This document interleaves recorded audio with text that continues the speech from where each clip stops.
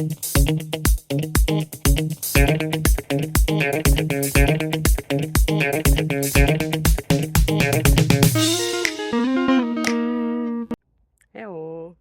So today is sports day, so it's time to do something for us, for our body, and of course for our mind. So how about this next question?